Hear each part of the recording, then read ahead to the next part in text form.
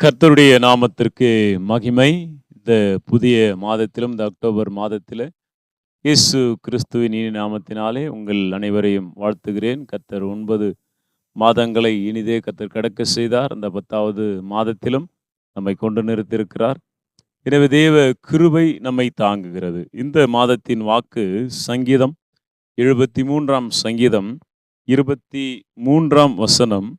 நான் எப்பொழுதும் உம்மோடு இருக்கிறேன், உமது வலது கையை பிடித்து தாங்குகிறேன். நான் எப்பொழுதும் உம்மோடு இருக்கிறேன், என் வலது கையை பிடித்து தாங்குகிறீர் என்று இந்த சங்கீதக்காரனாகி ஆசாப் இதை சொல்லுகிறதை நாம் பார்க்கிறோம். என பிரியமானவர்களே, இதோ அந்த ஒரு எண்ணம், நான் ஆண்டவரோடு இருக்கிறேன், என் ஆண்டவர் என் வலது கையை பிடித்து தாங்குகிறார் என்ற இந்த ஒரு விசுவாசம் அவனுக்குள்ளாக இருந்தது. எனவே இந்த மாதத்தில் உங்கள் அனைவருக்கும் கர்த்தர் இந்த விசுவாசத்தை கொடுப்பார். எப்படி?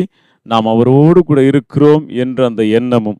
இது அந்த முதல் வசனத்திலே ஆசாப் சொல்லுகிறார், சுத்த இருதயம் உள்ளவர்களாகி இஸ்ரவேலருக்கு தேவன் நல்லவராகவே இருக்கிறார். எனவே சுத்தமுள்ள இருதயம் உள்ளவர்களாக நாம் இருக்கிற பொழுது இதை சொல்ல முடியும். நான் எப்பொழுதும் உம்மோடு இருக்கிறேன், என் வலது கையை பிடித்து தாங்குகிறீர். பிரியமானவர்களே, இதோ ஆண்டவருடைய அந்த பிரசன்னத்திலே இந்த உபாகம் 31:6 சொல்லுகிறது போல, இதோ நான் உன்னோடு கூட இருக்கிறேன் என்று கர்த்தர் சொல்லுகிறார்.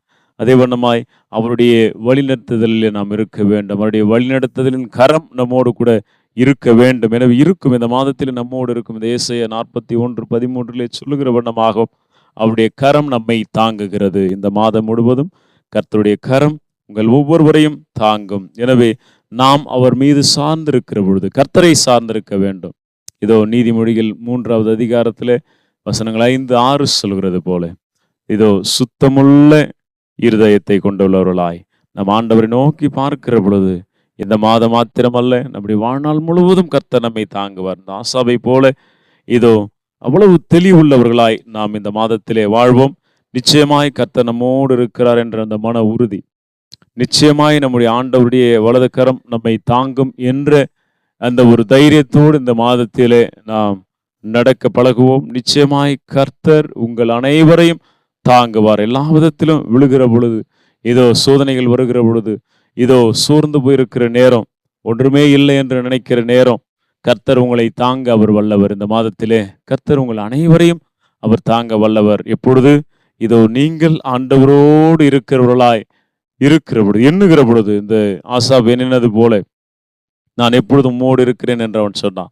அதன் பிற்பாடு என் வலது கையை பிடித்து தாங்குகிறீர் என்று சொல்லியிருக்கிற இந்த வசனத்தின் பிரகாரமாய், இந்த வாக்குத்தத்தத்தின் பிரகாரமாய் இந்த மாதத்திலே கர்த்தர் உங்கள் அனைவருடைய கரத்தையும் பிடித்து தாங்க அவர் வல்லவராக இருக்கிறார். நாம் செய்ய வேண்டிய காரியம் அவருடைய பிரசன்னத்தில் நடப்பதும், அதே வண்ணமாக அவருடைய அந்த வழிநடத்துதலின் கரத்தின் கீழாய் நாம் இருக்கவும், அதே வண்ணமாய் நாம் அவர் மீது சார்ந்திருக்க கர்த்தர் கிருபை செய்வார். எனவே அப்படி நடக்கிற பொழுது நிச்சயமாய் அவருடைய கரம் உங்கள் ஒவ்வொருவரையும் தாங்கும் என்பதிலே சந்தேகமில்லை. தேவன் தாமே இந்த மாதத்தின் வாக்குத்தத்தத்தையும் உங்களையும் உங்கள் குடும்பத்தாரையும் கர்த்தர் ஆசீர்வதிப்பாராக. கண்களை மூடி செபிப்போம். நல்ல பிதாவே, இந்த நேரத்திற்கு ஸ்தோத்திரம். இந்த புதிய மாதத்திலே 10வது மாதம் அக்டோபர் மாதத்தை கர்த்தர் கொடுத்தீர். ஆண்டவர், இதை என் தேவனாய் கர்த்தர் உம்முடைய பாதத்திலே நாங்கள் பெற்றிருக்கிறோம். கொடுத்த வாக்கை போல அப்பா, நான் எப்பொழுதுமோடு இருக்கிறேன், உம்முடைய வலது கரம் என்னை தாங்குகிறது என்று சொல்லியிருக்கிறது போலப்பா, இதோ உம்முடைய வலது கரம் ஒவ்வொருவரையும் தாங்கட்டும் என்று இந்த மாதம் முழுவதும் நீர் தாங்கி நடத்துங்க. அநேக ஆசீர்வாதங்கள், நன்மைகளை உம்முடைய பிள்ளைகள் பெற்று செழித்திருக்கட்டும் என்று எங்கள் மீட்பு இரட்சகர் இயேசுவின் நாமத்தின் வழியாய் செபிக்கிறோம் பிதாவே. ஆமென்.